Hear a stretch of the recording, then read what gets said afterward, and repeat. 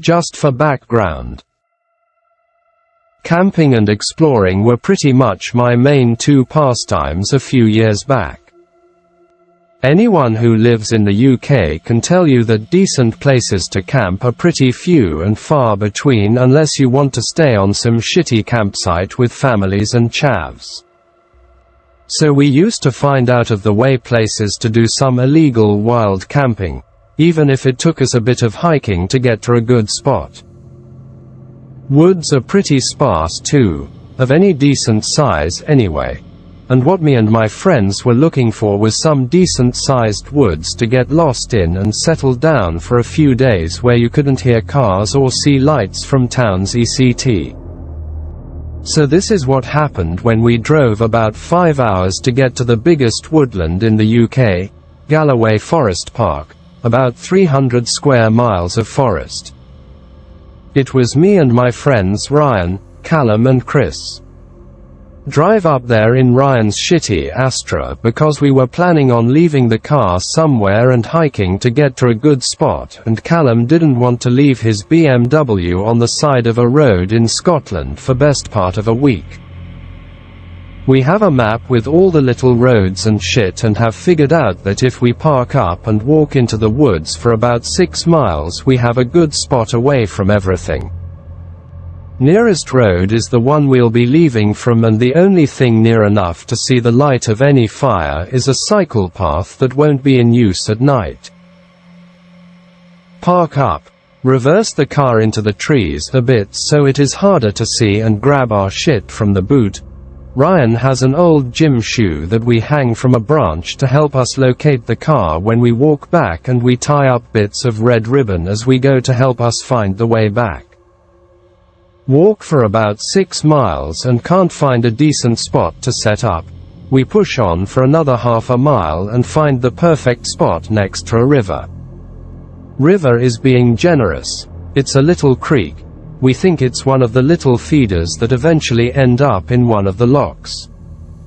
Nice flattish open ground leading down to the creek, trees all around us, no sign of people. In the middle of a little depression with slight hills all around us. Perfect. We set up our bivvies and unpack our stuff. We all brought knives. We have a wire saw, and I brought a hatchet too since I'm the designated fireman when we camp. Ryan lugged his bow with him and keeps telling us he's going to kill a deer with it. Whatever, mate. It's a 30-pound practice bow he picked up for next to nothing from a market somewhere. Doesn't matter. Figure we'll use it for target practice just to pass the time, since he brought about 20 arrows with it. There is plenty of wood around, so I dig out a pit and get a fire going, stacking some up so we don't have to get up again, and it'll be dark in about an hour. Callum starts boiling water for Irish coffee. Didn't want to bring beer since the weight-drunk ratio is shite, but we all brought whiskey. Have a little wind-up radio and we listen to some weird local radio while we sit and drink. Plan to get up early to see if the creek is any good for fishing a little bit further down, so turn in. Wake up about 2 a.m. hearing noises outside the tent and can see a massive light. Figure someone got up and got the fire going out of boredom. Grab my torch and step outside to see no one around the fire, but all the wood has been dumped on the embers and the fire is raging. Wondering what the fuck is going on, and hear something crashing through the trees behind me. Shine the light over there and see nothing but some branches swaying. Freaking out slightly, I walk backwards, not taking my eyes off the trees, and shake Chris's bivvy. Ask him if he heard or saw anything, and he says no, it was probably Ryan. Just give him a slap for playing silly cunts and go back to sleep. Throw some dirt on the fire to help it die down a bit and crawl back into my bag. Wake up to Ryan kicking me at about 5:30. Ask him if he was up and dumped the firewood on the fire last night. No, don't be daft. Tell him we'll have to get more today, and he tells me he'll help if I make tea. We go and get more wood, dragging shitloads back to the site, and I look for my hatchet to split some of the bigger ones. It's vanished. Look around the site and can't find it anywhere. I left it next to the fire pit the night before. Callum and Chris are coming back from checking the creek and tell me the fishing is a no-go. See something in the fire. My fucking hatchet is in the fire, handle burned away. Whoever threw the wood on the fire last night threw that on there too. Everyone is adamant that they didn't do it. Try and forget it. I'm here to have fun. Go out and set some snares in the woods. Only my second time trying it, but I had seen plenty of rabbits around. Get a bit creative and set some spring snares too. Takes about 90 minutes as I circle the woods around the camp. Keep feeling watched but shrug it off as nothing. A couple of times I hear shit in the trees, but can't see anything, so I figure it's animals out for food, just like I am. Head back to camp, and the others tell me that they thought I was in the other direction since they heard someone walking around near the edge of the trees a few minutes before. Weird, but figure it must be a deer. Ryan gets excited and grabs his bow, telling us he's going to catch us some supper. Callum goes with him. Me and Chris start boiling water and making soup, talking about what we plan to do for the day. Talking about nonsense and having a cigarette when we hear a scream from the woods where the other two went. Grab our knives and run in shouting after them. Find Callum down the bottom of this dry creek bed, shouting that he's twisted his ankle, and that something pushed him. Being watched feeling comes back. Shrug it off.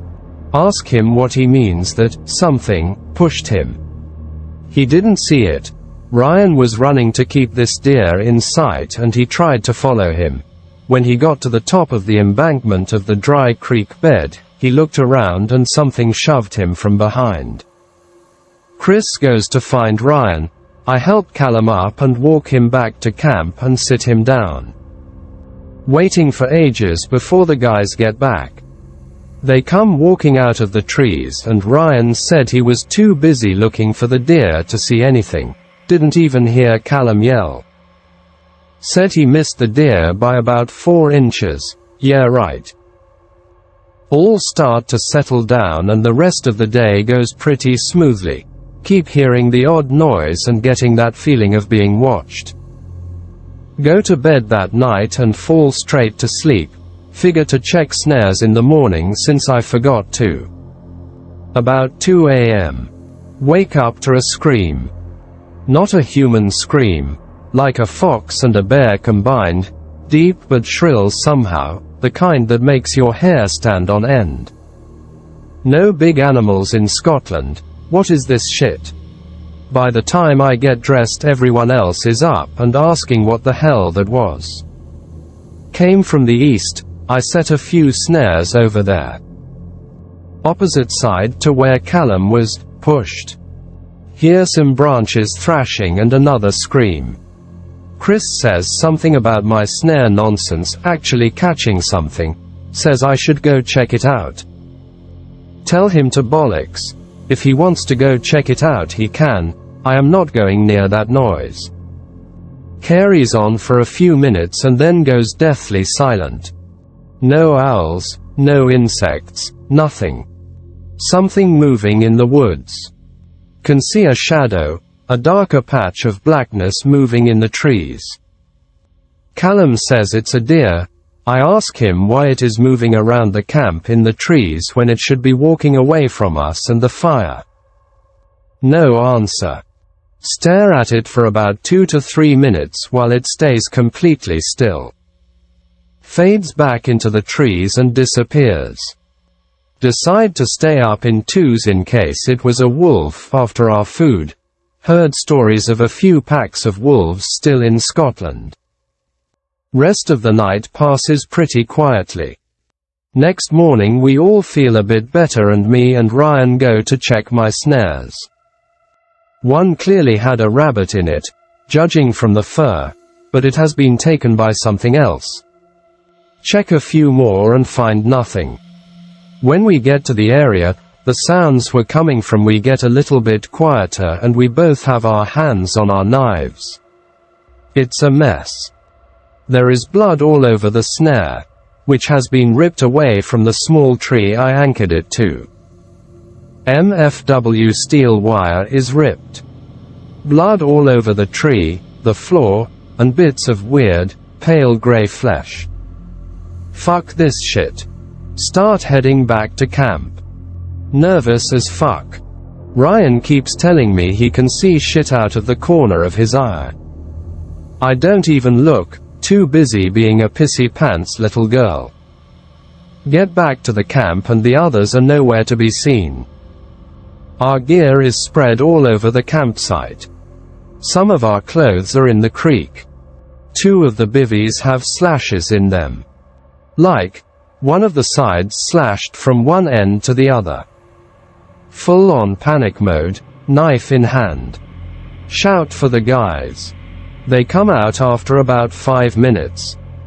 They were looking for someone, said they heard someone shouting what sounded like help, but couldn't make it out greater than they freak the fuck out too about our gear being everywhere.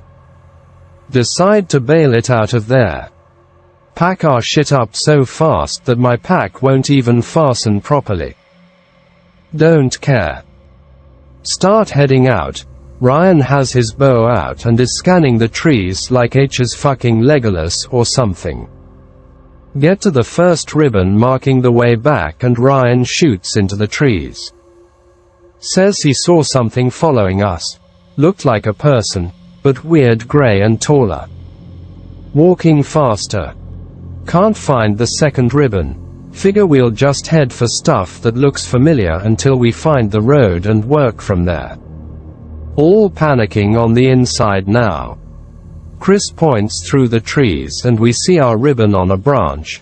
Doesn't look familiar, but that's why we did it. We're not country boys after all. Follow the ribbon trail for what seems like far too long and still in the forest.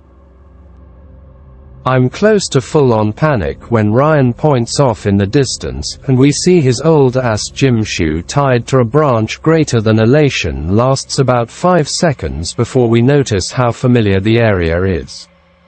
Walk up to the shoe and look through the trees. We're at the campsite, can see the fire pit we didn't fill in and the flat parts where our bivvies were. Officially freak out time. JPEG. Chris starts shouting into the trees. Ryan is almost crying. Me and Callum just staring at each other. We have to get back to the car. We know we came north from the road, so if we head south, keeping the sun on our right, we can make it to the road and work out where the car is. Ryan is so fucking close to losing it, asking what the fuck is happening. We set off. I take Ryan's bow from him and we put him in the middle. Didn't really feel like getting an arrow in the back if he twitched. I'm not a great shot if anything comes for us anyway. Walk like 3 hours. That feeling of being watched the whole way back. Keep hearing twigs snapping roughly parallel to where we are walking. See shadows between trees about 150 meters out. Starts getting dark and we're all tired as fuck but refuse to stop. This sense of total fear just keeps building. Several times I actually jumped when a twig snapped. Pure fear. Suddenly stumble on the road out of nowhere. Callum recognizes the bit of road from a fallen tree. About half a mile from the car. Practically sprint there. There is 3 big scratch marks down the side of the driver's side. From front panel to rear door. Don't care. Throw our shit it, jump in and drive like maniacs until we find a town with a hotel. Get 2 rooms between us, but spend the night drinking in one and wondering what the fuck happened. So many questions thrown around, no answers. That was pretty much the last time we wild camped. I see the guys in the pub sometimes but never really talk about it. Just drink and talk shit like everything is fine. Scariest shit that ever happened to me. B17. Uncle is letting me stay at his old farm for the weekend. Just outside of this small town, relatively quiet and lonely place. Huge open fields, surrounded by woods, there's a grain silo and the barn with a few animals, chickens, 2 turkeys, a goat, even a peacock some fucking how. He drives into the city for the weekend to sleep with this girl he's into. Anon, I'm leaving you the place, just make sure to feed the animals once a day and if you drink all the beer, pay for it, kinda winks at me. Cool uncle.jpg. Of course, invite friends, and some girls over for drinking and romantic country walks, also GoldenEye because fuck yeah. There's me, Eric, Robert, and Jeremy along with Ellie, Diana, and Jessica. Super into Diana, 8 out of 10 Hispanic Asian chick, weirdest boner NA. So we start drinking, messing around in the garage. I tell everyone we should to the barn and get up in the top area and fuck around. We get up there, bring some food and some more beer, start talking, get in a big circle. Diana sits right next to me. Boner alert.avi.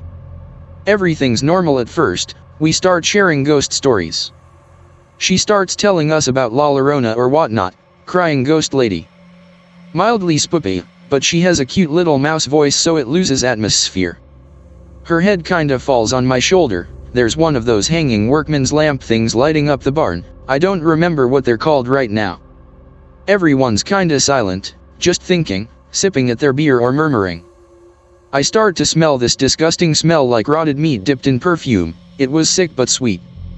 I push it off as dead mice or something stupid, I was kind of an idiot at 17, still am keck.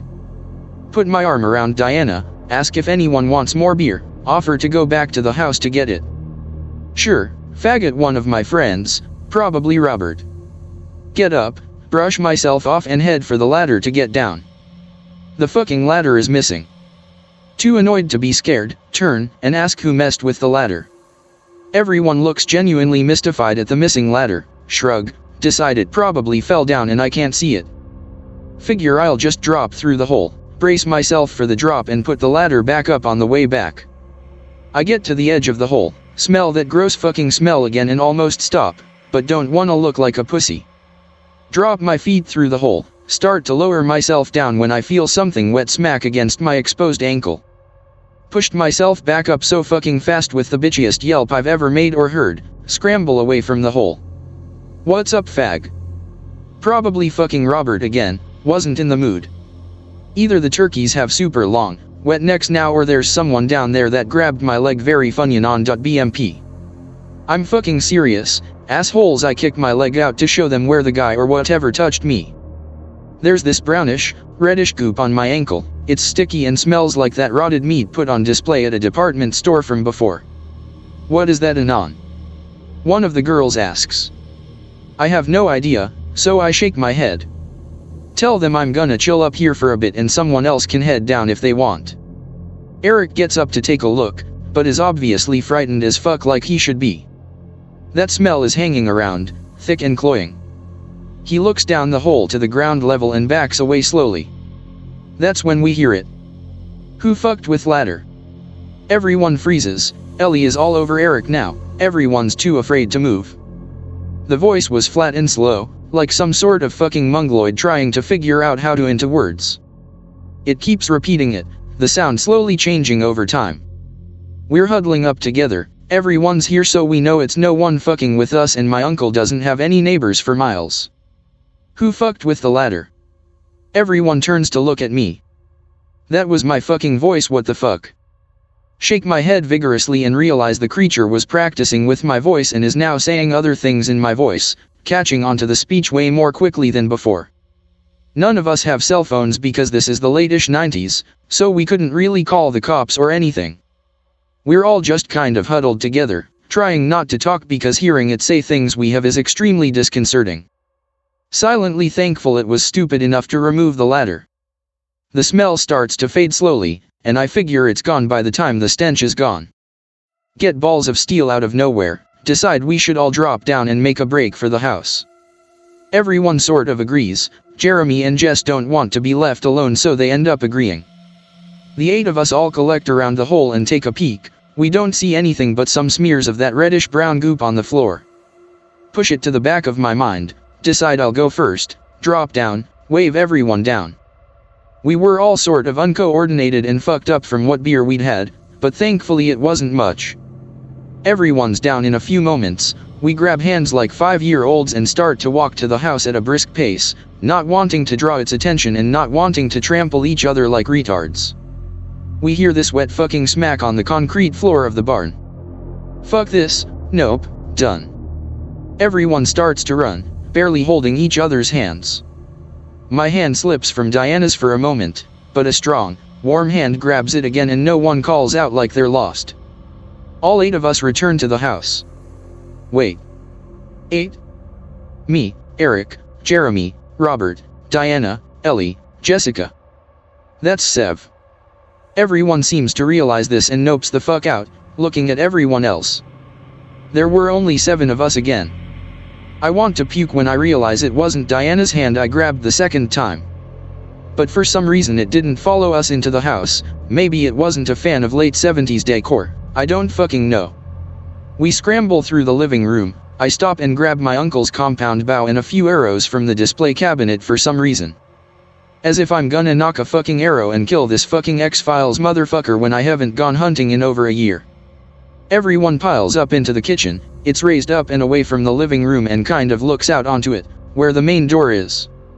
I sit and watch over the sink, fingers fucking trembling, barely able to hold the fucking $1,000 bow in my hand, might as well be a paperweight. We hear this wet smacking and thudding against the front door, the screen door shaking as well. It's asking in my voice and others now to be let in, slowly stringing together words from other sentences it heard to make its own. It stops after a while and we start to calm down. I go to find the phone. While I'm doing this, I hear this soft tapping on glass. I freeze and I spin around. This jerking, twisting amalgamation of flesh, wearing a mix of all of our faces, is tapping almost politely at the sliding glass door of the patio. I lose my shit and almost go to draw and shoot, but something tells me it can't enter the house without being invited. I inch away slowly. Its eyes are following me up to the kitchen, and it stares at me, just tapping and tapping. We all keep a watch, but it can't really do anything, so it jerks, slithers, shifts away and tries the front door again. It continues into the light of the morning. We all said fuck it the next day. I left the bag of feed open for all the animals and we drove to Robert's house and camped out in the basement for Saturday and Sunday. My uncle acted pretty weird when I brought it up, and moved out 2 months later. We never spoke again. I think he tried to sacrifice me to it or some fucking shit. Be me. Be camping with friends in spooky forest. Be at night, sitting around campfire. Suddenly, no sounds. Owls shut up, banging mooses stopped, insects frozen in midair, fire burning but not crackling. Suddenly, this unspeakable gut-wrenching smell. I won't even attempt to describe it. It's like dipping copper in blood and burning it in an overused toaster. Suddenly, we see this girl between 2 trees, not far from us. She moves weird. Kinda looks like a retarded koala laughing while having a seizure. Are you okay?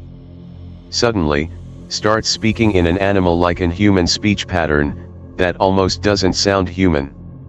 It's kinda like those videos where cats and dogs try to talk human, just crappier. Sounded kinda like she said yeah. I actually have a superpower. I can tell if a situation is creepy, just by being there. She was way too creepy, my creepy tingled. Now I really wanted to go home. Asked her if she wanted to have dinner with us. She said yes. Fuck_it.jpg. Now having dinner. We dubbed her Goatman. Not because she was one, she just looked like that. Goatman is actually pretty chill. Grins at every lame joke. Still smelly, though. Suddenly, she gets up, Says she has things to do. In cat dog in human speech pattern. She goes back to forest. By friend.jpg. Suddenly, gut-wrenching, putrid smell. Shuffling from bushes all over us. We panic. We shout out for Goatman. Where are you? Come on out, don't prank us. Suddenly, Goatman came back. Only something is off, really off. It's her left arm, it's off. The other one is all twitchy, legs are tangled like pretzels. But she talked high, Anon, come on out, don't prank us. She sat down next to us again. Only realized what felt wrong when I first came to /x/. She talked like normal. Next day, we went home and she stayed with us till the town's edge. Now, it was 3 years ago. Last year I went back alone to investigate, because something felt weird back then. Be 2 years older than before me. Be in the same spooky woods 2 years later. Campsite is now cleared out in a circle. Center is where fire was used to be. Weird red lines in circle, looks like some kind of star shape with 5 pointy ends or some shit. Nothing interesting, about to go home, when suddenly caught a glimpse of something white within the charcoal. Looked like a horn. B was too curious, has to check it out. Yeah, horn, nothing interesting. It's just stuck in. Try to pull it out, because why the fuck not? Who wouldn't try to pull out a goat skull from under charcoal in the middle of a red circle? It won't budge. Realized it's sharp when my blood gushed over it. I'm not a pussy, putting all my manly son energy in it, it's finally movable. Moves too fast. Suddenly, be hanging from a moving goat skeleton's horn. It's the end, it was nice knowing you. Anon. That same inhuman voice, only now Morse coded from the skelly's mouth. Holy shit, it's Goatman's skeleton. But then who was girl? She tells me how her skin was stolen by a flesh walker all those years ago. That murderer is now in my town. We decided to team up. For her to be cute like Susan Boyle again, we have to get back her skin. Goat Scully and me went back to town immediately. Brought all my guns from home, then into the woods again. We were not stupid, we started searching in daylight. When it became too dark to properly see, we decided to go home. Suddenly, bushes rustle. It was Goatman. Or at least looked like her. Or looked like the one Goatman was looking like. Fucking skingiths. It was too quick. Went on all fours with twisted limbs, grinned, and circled us. It was fucking playing with us. Boom, headshot. Nope, not even a scratch. Suddenly, it leaped forward and tackled me to the ground. Suddenly, Goat Skelly out from a bush to help me. Suddenly, the meat runner kicked him away. You could hear the bones crushing. Then, suddenly, a bright light appeared above the skinwalker, who was still above me. A flying cyclic thing. Bottom opened, more light shone on us. Cute grill with see-through body descends down. Holy shit, it's Goatman. Or her ghost. Or the ghost of her looks before her death. Fucking flesh gets. Goat ghost's hands burns through the monster above me.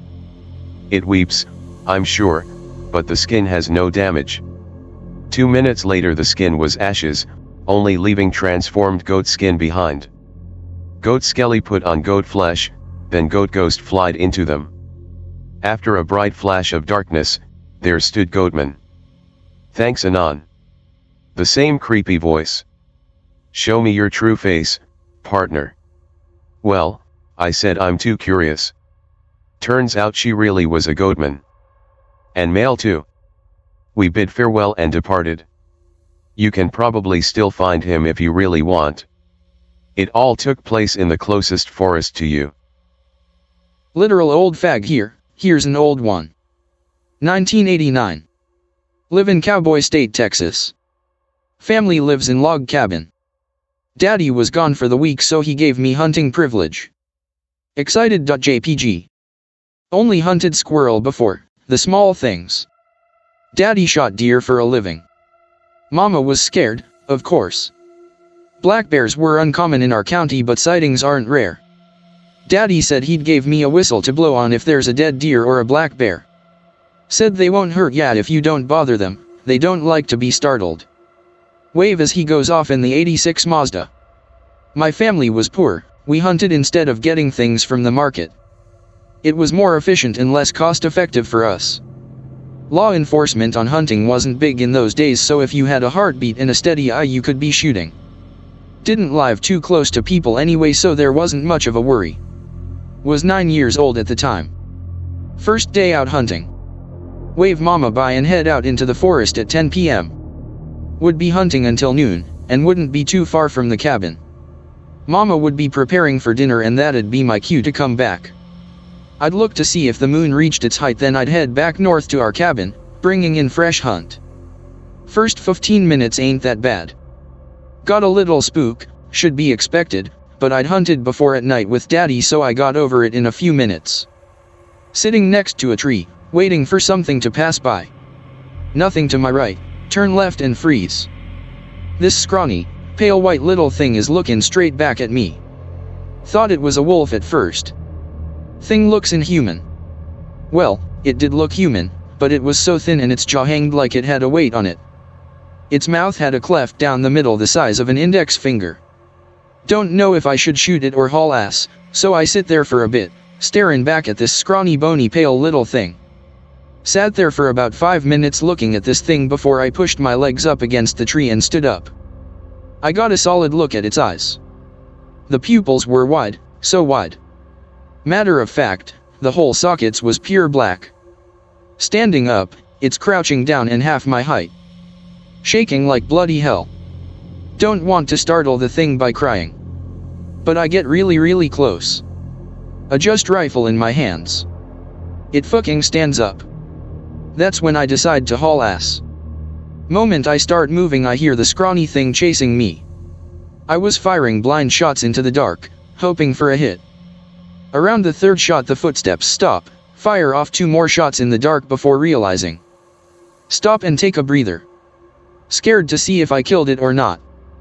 I have to return with a hunt, or we ain't having supper tonight. Turn, thing is gone. On seizure point. Like I just got out a bath of ice water, I am shaken to my root. Hope and pray I didn't scare any deer in the area. Take a few steps forward, see blood on the ground. Footsteps next to it, trailing off east.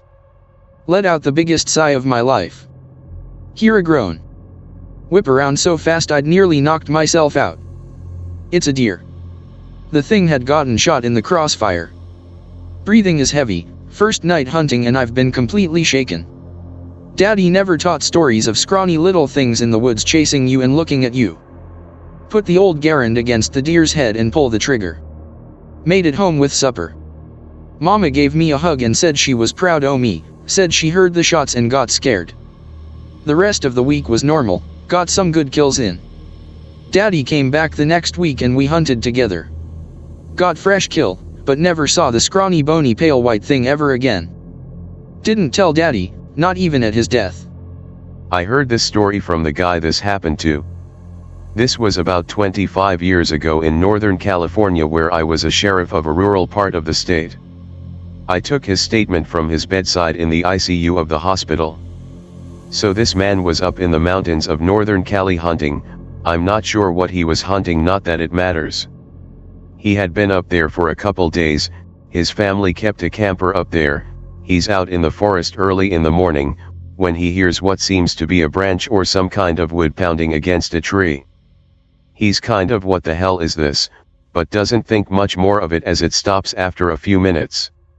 He says he figured it was another hunter fucking around, so he went back to his cabin to fetch his orange safety vest to avoid getting shot. That day passes with nothing unusual taking place. Then night falls. He gets to his cabin and cooks his supper. After he finishes eating, he settles around his campfire to smoke his pipe and enjoy the evening. That's when the banging from earlier starts back up. Now he's not sure what to make of it, so he says fuck it and goes into his camper to sleep for the night, making sure to lock all windows and doors, then goes to sleep. He wakes up to banging on the outside of the camper. The sun is coming up and he can see a tall shadow much larger than a man's shadow. He in full-on panic mode about to pizza his pants when he looks to another window on the opposite side and sees another shadow roughly the same size. All of a sudden the front door is ripped off its hinges, and that's when he sees it. When he gets his first look at it, and he admitted this to me, he pissed all over himself. He said he got the best look at it there because the sun was just about up at that point. He said it was a bit over 7 feet tall, it had dark brown fur, dark eyes maybe black, a flat nose, a huge forehead, and was covered completely in fur except the face. They stared at each other for what seemed like hours but was only seconds, he told me.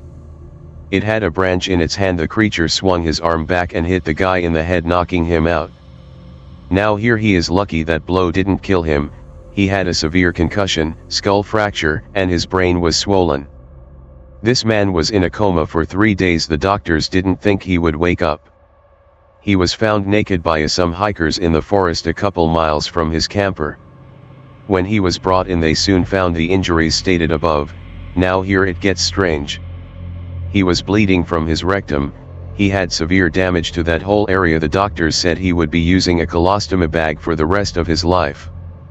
They performed a rape kit on this man. Even though DNA testing was in its infancy at this time, they found semen and it was clear he had been raped by someone/something that was very well endowed.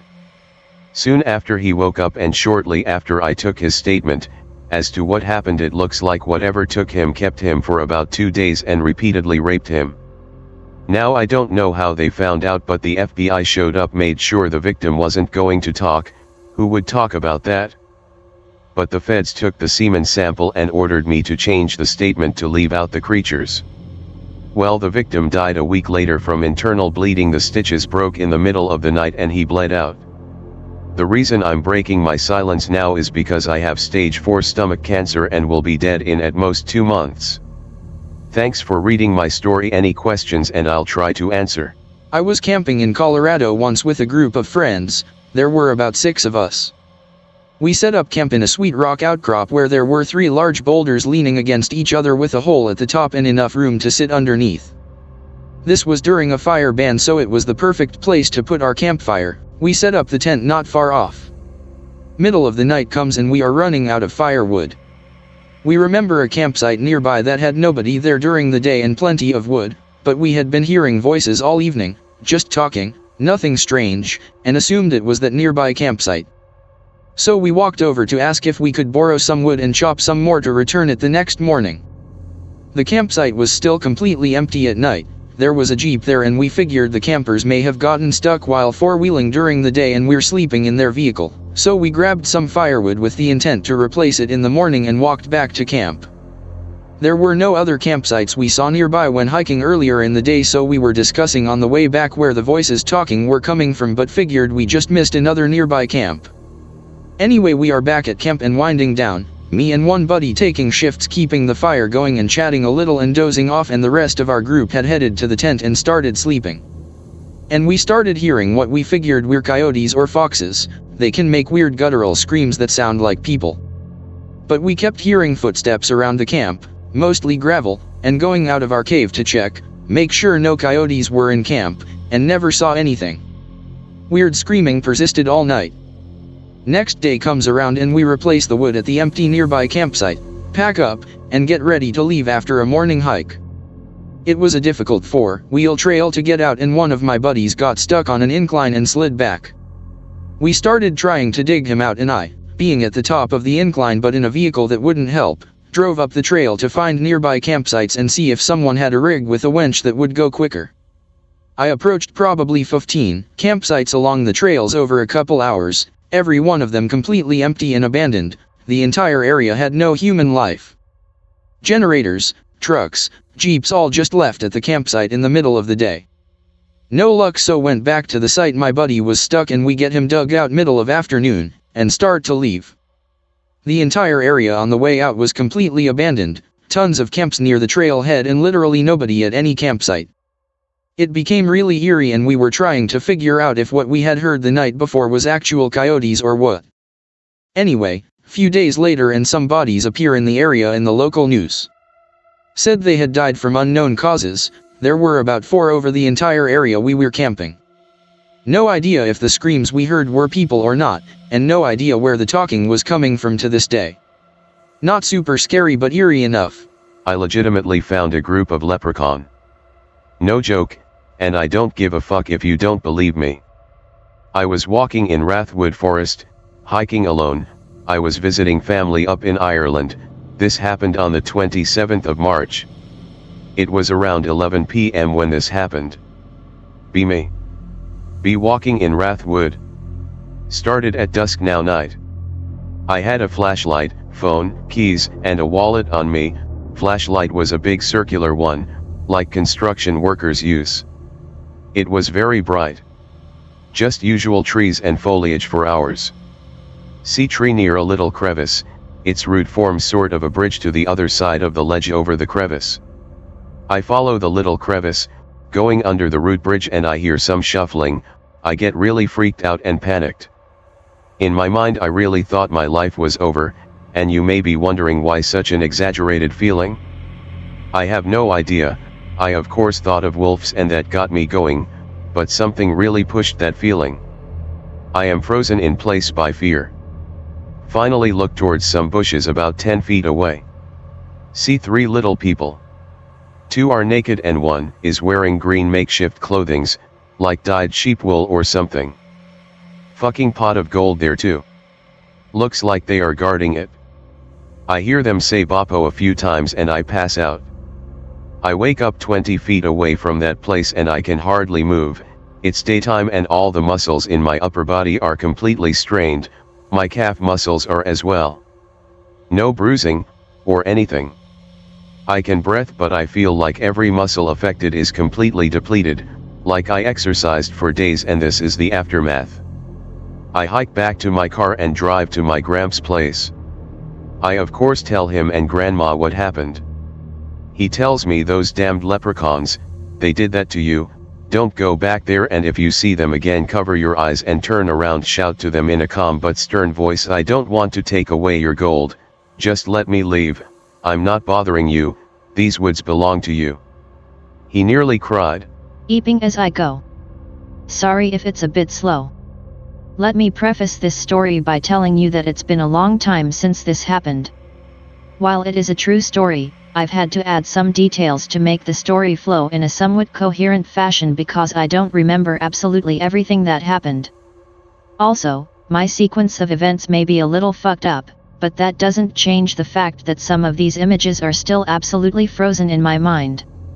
I was hoping my old retelling was still around because it came out pretty coherent. Anyhow, when I was somewhere around 8 to 10 years old, I went camping with my Girl Scout troop. There were about 12 to 15 of us girls and 2 female leaders. The camp had 6 of those permanent tents, wooden platform with canvas covering and bunks. 3 to 4 were facing the main part of the camp, 2 were set back a bit in the woods behind the picnic shelter. Behind those 2 tents was a path that led to the latrines. On the first day, we all picked out our sleeping spots, and our tent was 1 girl short. We spent the rest of the afternoon and evening doing typical Girl Scout stuff, and we spent the evening around the fire singing and eating marshmallows. The counselors finally made us go to bed around 10 p.m. When we got to our tent, we used our flashlights to find our bunks and get settled in. It was around this time that we noticed that someone was sleeping in what had been the empty bunk. We didn't think much of this as it wasn't really unusual for someone to arrive at camp later than the main group, and some of the girls had gone back to their tents before the fire time was over because they were tired. I am a total insomniac, and it's even worse if I'm not in my own bed. This was true even back then. I tossed and turned trying to force myself to fall asleep that night, but it just wasn't happening. After doing this for over an hour, I heard the springs of one of the other beds squeak like someone was getting up. I turned my head to see someone standing up from that previously empty cot. In the very low light, I could just make out the figure of someone standing, pausing for a moment, and then moving toward the front entrance of the tent. The person opened the flap and left the tent. I figured that somebody just needed to go to the bathroom. I still couldn't sleep, so I figured I'd wait and see if I could tell who the girl was when she got back.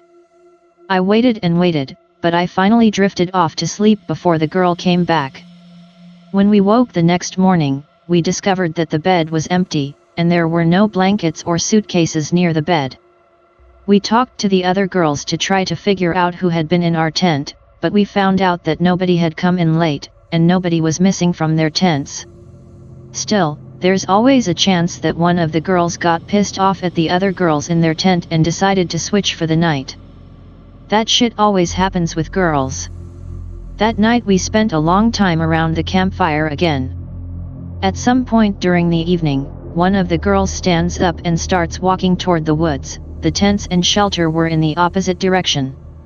As she got close to the tree line, one of the counselors called out to her to see what the heck she was doing, but she just kept walking straight into the woods.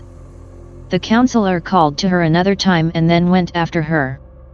The other counselor did a head count to try to figure out who was missing. When she got to the end, she stared at us and started counting again. The other counselor came back saying she couldn't see where the girl had gone, and she needed the bigger flashlight. When she asked who was missing, the counselor who had been trying to count us said, "Nobody." The counselors even pulled out the roster to check us off, but we were all right there. We were all a little shaken up, so the counselors decided it was time for us to get to the bathrooms and get to bed. Everybody was a little creeped out, so we all went as a group to the bathroom. I washed up and brushed my teeth first. There was a large trough-style sink outside of the actual bathroom, so I was one of the last to actually go to the toilets. As I was in there, I heard someone moving around in the stall next to me. I said something to her, asked for TP? Who knows, but she didn't answer me. I said hello twice, but I still got no answer. When I finished, I knocked on the other stall door, but nobody answered even though I could still hear noises inside and the door was locked. I went out and told one of the counselors who went back in with me to check it out. When we went in, the door was unlocked and there was nobody in there. There was no other way out of the bathroom besides the front entrance that I was standing no more than 2 feet from when I was talking to the counselor. The girls that were in the tents that were kind of separated from the others were a little freaked out, and they didn't want to sleep out there, but since they were right next to the counselor's tent, they were reassured and sent to bed. When we reached our tent, we saw that again there was someone in the spare bunk. This time we figured one of the girls from the far tent had snuck over in spite of what the counselors had said. And really, do you think any of us had enough balls to lift the blanket off of that bed? We settled in for the night and I was wishing that I could fall asleep so that I didn't have to be awake alone. Soon enough I could hear the snores of the other girls, and I was still staring at the ceiling of the tent. Soon enough, I heard the springs of one of the beds squeak again. I opened my eyes and stared at what was supposed to be our vacant cot. There was someone standing up again. I could just make out the figure standing there in the dark.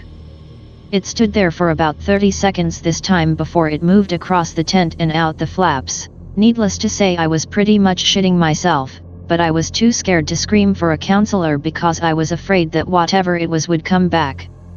I laid awake for what seemed like hours staring at the tent flap, hoping that it wouldn't open again. I must have fallen asleep at some point because the next thing I remember it was morning. Again, the cot was empty. This time I told the counselors what I had seen, and they asked the girls at breakfast who had been in our tent, but none of the girls admitted to being there. All of the girls in my tent had seen the figure on the cot both nights, but I was the only one who had seen it leave. That day was pretty sedate because everyone was a bit on edge, but we eventually relaxed because of the bright sunshine and fun activities. In order to keep our minds off of it that evening, the counselors planned for us to have a bunch of snacks and games around the campfire that night. We had stuff for the little hand pies, banana boats, s'mores, and cinnamon apples. We were all planning on making absolute pigs out of ourselves. The counselors set up all the goodies in the picnic shelter, which was 30 to 40 from the campfire ring. The girls would go over and set up their snack and bring it back to the fire to cook it. When I went over, there were a few girls finishing up their snacks and they left before I had finished up making my banana boat. As I was adding my chocolate chips, there was a huge bang like a gunshot in the woods, and it was followed by yells that seemed to be coming from different directions. I dropped my snack and went running over to the fire. Everyone had heard it, and some of the girls were near tears. As we sat there, we heard more noises and yells from the woods. The fire was in the middle of a clearing, surrounded by woods, and it was an awful feeling to realize how exposed we were and that anybody could be out in the woods watching us. Instead of going to the latrines that night, a lot of the girls just peed behind the tents, and the girls that were in the far tent were moved into our tents. In fact, we consolidated into 2 or 3 tents by adding cots, and the counselors slept in the 4th tent. We were packed in like sardines, but everyone would sleep easier with more people nearby. We also propped up one of the flashlights on the floor to illuminate the tent as we slept. I actually fell asleep pretty quickly that night because I had had 2 sleepless nights before. But I ended up waking up at some point in the night because of some noises. I opened my eyes, but I found that the tent was now dark. It seemed that the flashlight had died at some point, and as I managed to get my bearings, I realized that the noise I was hearing was the sound of someone getting up out of one of the cots. I nearly stopped breathing as I watched the figure stand. I had to shift my head this time to get a better look. It stood in one place even longer this time, and I couldn't stop watching. It seemed to be leaning over and looking at some of the other girls, and it started to make its way between the cots towards the front flaps. As it neared my cot, I snapped my eyes shut and tried to slow my breathing, pretending I was sleeping. I could hear it come even with my bed, and it stood there for a long time. I presume it was staring at me, but I wasn't about to open my eyes and find out. Eventually, it moved past me and I heard the sound of the tent flap being opened. I still kept my eyes shut tight because I was so afraid that it was trying to trick me. That's when I heard the most god-awful noise I've ever heard. One of the posters in the other thread posted a video of cats talking, and I have to say that was pretty accurate, but it was much louder. It didn't sound like a human or an animal. The sound seemed to be coming from outside of our tent but nearby, but all of a sudden, the girls in the next tent started screaming like they were being murdered. Of course, our tent responded in kind, and all of our flashlights were switched on in rapid succession. We could hear the other girls still screaming and running out of their tent. We all stumbled out of our tent to see what the hell was going on. By the time we made it out, most of those girls were near the fire pit, and the counselors were headed for them. From what the girls were able to relate, they heard the horrible noise outside, and that's when they saw someone or something enter their tent. In all of the confusion, nobody saw exactly what had entered, but they had seen the figure open the tent flap. The counselors tried to console the girls, and the one that was particularly brave took a flashlight and headed toward the tent. She searched the tent, but she couldn't find anyone or anything. We spent the rest of the night all jammed in a group near the fire, and not a single one of us got any sleep. The next morning, we decided to pack up and leave early after one of the counselors discovered that the door to the dining hall had been opened, and things had been moved around. Nobody but the counselors had access to the dining hall, and the doors had been padlocked the night before. Okay, 2 of my dad's experiences. Background: Dad was an LDS missionary on the Navajo reservation in the Four Corners area. At least twice he had close encounters with persons/beings he believed to have been skinwalkers. The first event occurred with both my dad and his missionary friend present. They were studying scriptures in a rented trailer. They'd rented it from a Navajo man who later wound up in jail for drugs, I think. I'll refer to this Navajo man as Bob, for simplicity's sake. So Dad and his friend are in their rented trailer studying the scriptures, sitting just a couple of yards from each other, when Dad suddenly notices a strange older Navajo man standing right in front of him.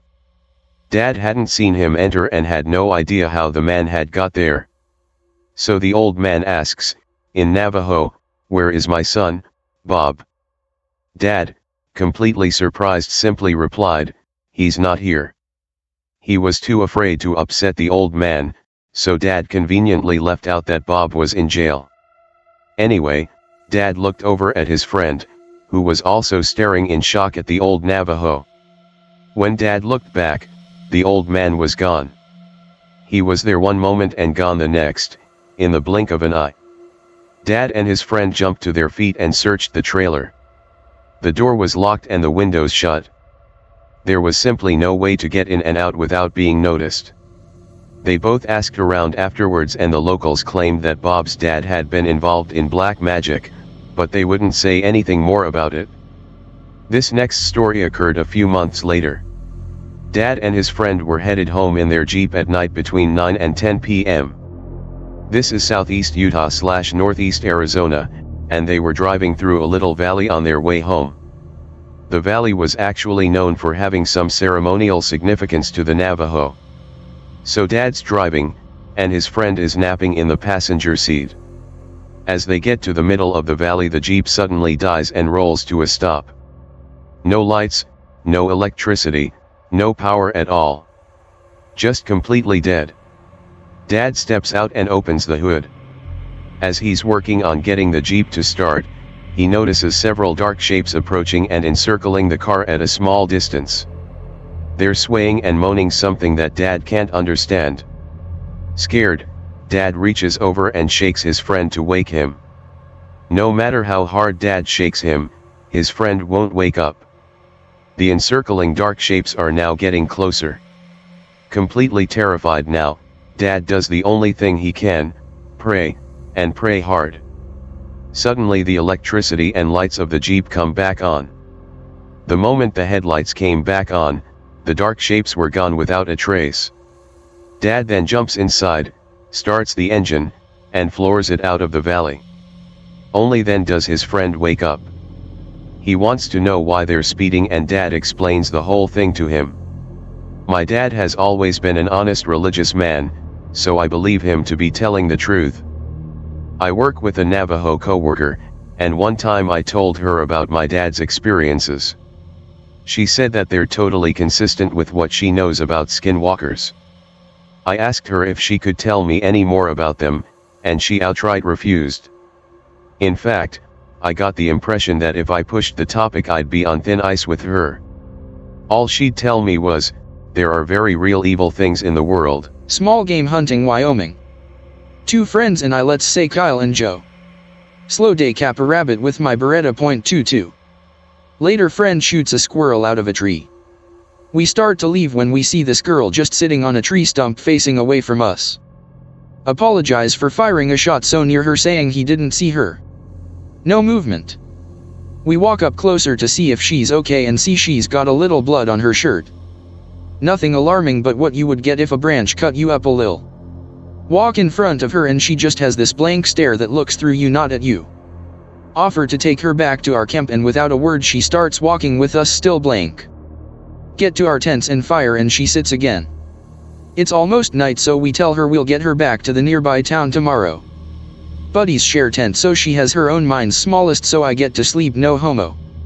Crawl out of tent next morning, gears everywhere, my Kyle's cameras smashed, a rifle's missing, and the girls' tent stakes are all broken in half, which is a feat itself. Girls gone, we're all fearing bear attack. Sent Joe to get to our Jeep and go to the nearby town for game warden help. Me and Kyle start searching woods with the tiny .22 in case she actually got taken by a bear. No sign of girl anywhere. Start to get off trail onto wet grassy area when we find a satchel on the ground. Don't go that way, I tell Kyle before he continues and slips on some grass. Walk into the clearing with the stump where we found her and get the smell of death rot. Dead possum, squirrel, rabbit, and even a deer torn to shreds. On the stump is a pile of blood and decaying innards, probably from the animals. Follow small trail of some sort of hooves to the bottom of a small hill where a beanie hat sits on a branch. When I go to grab it, Kyle shouts there. And all I see when I turn my head is antlers dart from the top of the hill next to a pine tree. We get to the top of the hill and Kyle's pale. Says whatever it was on its hind legs. I say it's just a deer. I saw the antlers, but I see the perspective of the pine to Kyle, and it would have had to taller than him. Officially spooked. We start heading back toward where our camp was, and the forest is dead silent, which usually means a predator is somewhere near. Kyle hasn't said a word, he just has his Bowie knife out and is darting his eyes all over the trees. A loud shriek fills the words, sounds like Joe even though I never heard him scream. Run towards the direction it came from, shouting that we're over here. See Joe sprinting towards us so fast he almost passes us. He's holding his arm cut up worse than the girl was earlier. Says some large animal pushed him off the trail down a small hill into a thicket. Keeps rambling about how fucked up it looked, like Elcoat thing that was big enough to be a half-grown moose. Kyle says we saw it too. We basically say fuck the girl, we're outta here, we'll tell the wardens when we get to town. It's getting dark again anyway. Start trying to find the trail again, gun out. Don't go that way, I hear my voice but I didn't fucking say it. What the fuck? Kyle and Joe ask what, and I tell them I didn't say it. Look sketchily behind us and see antlers behind a tree topping out at like 8 fucking feet. Before my eyes can even adjust, it dashes further into the trees, going from hind legs to a mad dash on all fours. Unload 22 at it, not even aiming, kill a 8-round clip in a second. The reply is some sort of hyena laughter. Nope nope nope, fuck facing it. Even with a gun we all sprint back to the path. I'm the fatter one of the group, but today we're all even pace at death sprint speed. Load new clip when we stop to catch breath, guzzle water. Look up and it's the fucking girl staring at us, leaning on a tree. Crooked ass smile. Kyle's the first one to speak, voicing our what the fucks and asking what happened to our fucking camp / shit. The reply is a fucking follow me wave, and she begins walking back toward the beast. No, oh no, don't go that way. She continues. We don't move at all. After another couple yards she turns back. No crooked smile or blank stare, just pure rage in her expression. The look you might get in the middle of a fist fight when you're ready to do some damage. We start to walk away, and when I turn back she hasn't moved an inch, same fucking face. Reach end of the trail where they put the map of the forest in a display case. Smashed map gone. Get to Jeep and bail. Contact game wardens and they say they'll send out a search party for the girl. Nothing's found and the tents we left are torn to bits. They all figure grizzly. Give up on hunting and hiking for a year or two.